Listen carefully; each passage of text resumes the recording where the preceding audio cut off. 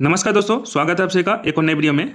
आज की इस वीडियो में हम लोग स- पढ़ेंगे कि शीतकड़ी की रूट 3 जो है एक अपरिमेय संख्या है। इससे पहले वाले दो वीडियो में हम लोग जो है रूट 2 और रूट 5 को अपरिमेय संख्या सिद्ध किया है। इसमें जो हम लोग रूट 3 को क्या करेंगे, रूट 3 को सिद्ध करेंगे कि यह एक अपरिमेय संख्या है। तो दोस्तों, जब भी हम लोगों को किसी भी संख्या को अपरिमेय संख्या सिद्ध करना है तो हम लोग क्या करेंगे, जस्ट इसके विपरीत जो है हम लोग यह मान लेंगे कि यह एक परिमेय संख्या है। सबसे पहले हम लोग क्या करते हैं, रूट 3 क्या है, परिमेय संख्या यह मान लेते हैं। ठीक है, सिद्ध करना है अपरिमेय, लेकिन हम लोग इसका विपरीत मान लेंगे कि यह एक परिमेय संख्या है। तो परिमेय संख्या क्या होती है, सबसे पहले यह जान लेते हैं। वैसी संख्या जो p बटे q के रूप में हो, जहां p तथा q क्या है, पूर्णांक संख्या है, तथा q बराबर 0 ना हो, उसे परिमेय संख्या कहते हैं। तो हम लोग जानते हैं परिमेय संख्या को हम लोग क्या किस रूप में लिख सकते हैं, p बटे q के रूप में। तो हम लोग लिख लेते हैं कि रूट 3 बराबर p बटे q, जहां p तथा q पूर्णांक एवं सहभाज्य संख्या है। यहां पर एक शब्द और जोड़ के आया, सहभाज्य संख्या। अब सहभाज्य संख्या क्या होती है, वैसी संख्या जिनका मौसो 1 हो। ठीक है, तो उसको हम लोग सहभाज्य संख्या कहेंगे, या इसको बोलेंगे वैसी संख्या जिसका उभयनिष्ठ गुणनखंड सिर्फ और सिर्फ 1 हो, उसके अलावा कोई और उसका उभयनिष्ठ गुणनखंड नहीं होगा। तो हमने माना कि p और q जो है क्या है, एक सहअभाज्य संख्या है। यहाँ तक समझ में आ गया। तो चलिए बढ़ते हैं आगे की ओर। अब हम लोग क्या करेंगे, यहाँ पे अब हम लोग क्या करेंगे, इसको लिख लेंगे कि दोनों तरफ वर्ग करने पर, दोनों तरफ वर्ग करने पर। तो दोनों तरफ अगर वर्ग करेंगे तो एक तरफ है रूट 3, एक तरफ है p बटे q।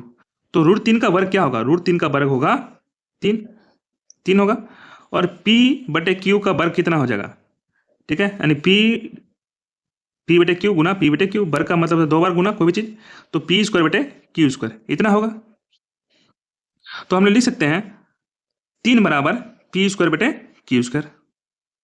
ठीक है, अब देखिए 3 के नीचे कुछ नहीं है तो क्या है, 1 है। अब 3 गुना क्यू स्क्वायर हो जाएगा, कोना कोने गुना 3 गुना क्यू स्क्वायर क्या हो जाएगा, 3 क्यू स्क्वायर, और 1 गुना पी स्क्वायर हो गया पी स्क्वायर। इसको हम लोग मान लेंगे समीकरण 1। अब देखिए इस 3 को हम लोग इधर 3 जो है क्यू के क्यू स्क्वायर के साथ गुना में है, अगर उसको हम लोग इक्वल टू के उस पर लेके आएंगे तो क्या होगा, भाग देगा, बट्टा में हो जाएगा। तो क्यू स्क्वायर बराबर हो गया पी स्क्वायर बटे 3। अब समझिए पी स्क्वायर बटे 3 बराबर क्यू स्क्वायर, यानी पी स्क्वायर को जब 3 से भाग देते हैं तो क्यू स्क्वायर निकलता है। तो हम लोग कह सकते हैं पी स्क्वायर 3 से विभाज्य है। कोई भी संख्या का वर्ग अगर किसी अभाज्य संख्या से, 3 एक अभाज्य संख्या है, किसी संख्या का वर्ग अगर किसी अभाज्य संख्या से भाग लग रहा है तो वह संख्या भी उस अभाज्य संख्या से भाग लगेगा। कहने का अर्थ है पी स्क्वायर जो है 3 से भाग लग रहा है, ठीक है, और 3 एक अभाज्य संख्या है, तो पी भी जो है 3 से भाग लगेगा। तो हाँ, पी स्क्वायर 3 से विभाज्य है, तो इसका अर्थ हो जाएगा पी भी 3 से विभाज्य होगा। ठीक है, गॉट इट, समझ में आ गया इसको। तो चलिए आगे बढ़ते हैं। अब हम लोग मान लेते हैं p बराबर 3 के।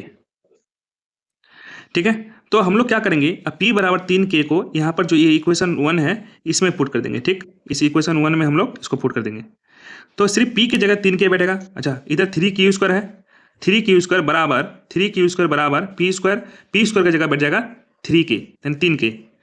तो समीकरण 1 से, ठीक है, माना p बराबर 3 के, तो आप समीकरण 1 से हम लोग क्या बोलते हैं, समीकरण 1 में देखिए जाकर के यहाँ पर, ठीक, तो 3 स्क्वायर 3 को स्क्वायर रहेगा, और p स्क्वायर की जगह p की जगह क्या बैठ गया 3 के, तो 3 का स्क्वायर हो गया। अच्छा, तो 3 स्क्वायर बराबर कितना हो जाएगा, 3 स्क्वायर की हो जाएगा 3 का स्क्वायर हो गया 9, और k का स्क्वायर हो जाएगा k स्क्वायर। अब देखिए ये जो 9 के स्क्वायर है, तो 9 जो है के स्क्वायर के साथ कौन सा रिश्ता में, गुना में है, तो इसको अगर हम लोग इक्वल टू के इस पार लेके आएंगे तो क्या हो जाएगा, भाग हो जाएगा। तो अब देखिए क्या हो जाएगा, 3 स्क्वायर बटे 9 बराबर के स्क्वायर। अब इसको देखिए हम लोग काट सकते हैं, ठीक है, 3 कम 3, 3 त्या 9। ठीक है, तो अब क्या बचा, अब बचा हम लोग क्यू स्क्वायर बटे 3 बराबर के स्क्वायर। तो इसका अर्थ क्या हुआ, फिर वही बात कि क्यू स्क्वायर जो है 3 से विभाज्य है, तो क्यू भी क्या होगा, क्यू भी 3 से विभाज्य होगा। तो हमने क्या माना था, हमने माना था कि p और q पूर्णांक है और सहभाज्य संख्या है। सहभाज्य संख्या का अर्थ क्या होता है, वैसी संख्या जो जिसका मौसो 1 हो, या इस सिंपल भाषा में कहेंगे वह सिर्फ 1 के अलावा किसी अन्य संख्या से भाग ना लगे।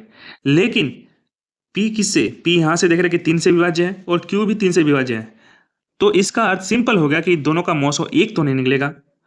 ठीक है, 3 निकलेगा मौसो, तो यह सहभाज्य संख्या हुआ ही नहीं। तो हम लोग कह सकते हैं अतः p तथा q दोनों, यहाँ पर 5 नहीं 3 होगा, p तथा q दोनों 3 से विभाज्य है, जबकि हमारा मानना था कि P और Q सह संख्या है, जो एक विरोधाभास उत्पन्न करता है, विरोधाभास है। तो हमारा मानना गलत साबित हुआ। √3 एक अपरिमेय संख्या ही है। तो बहुत ही आसानी से सिंपल बाय सिंपल स्टेप में हम लोग इसको सॉल्व कर सकते हैं। इसको क्या कीजिएगा, एक एक करके आप लोग कॉपी में नोट डाउन कर लीजिएगा, एकदम सिंपल भाषा में। इससे आसान शब्दों में और नहीं कोई बता सकता है। तो आशा है कि आप लोगों को यह वीडियो समझ में आया। ठीक है, वीडियो पसंद आया तो चैनल को लाइक और सब्सक्राइब करें। धन्यवाद।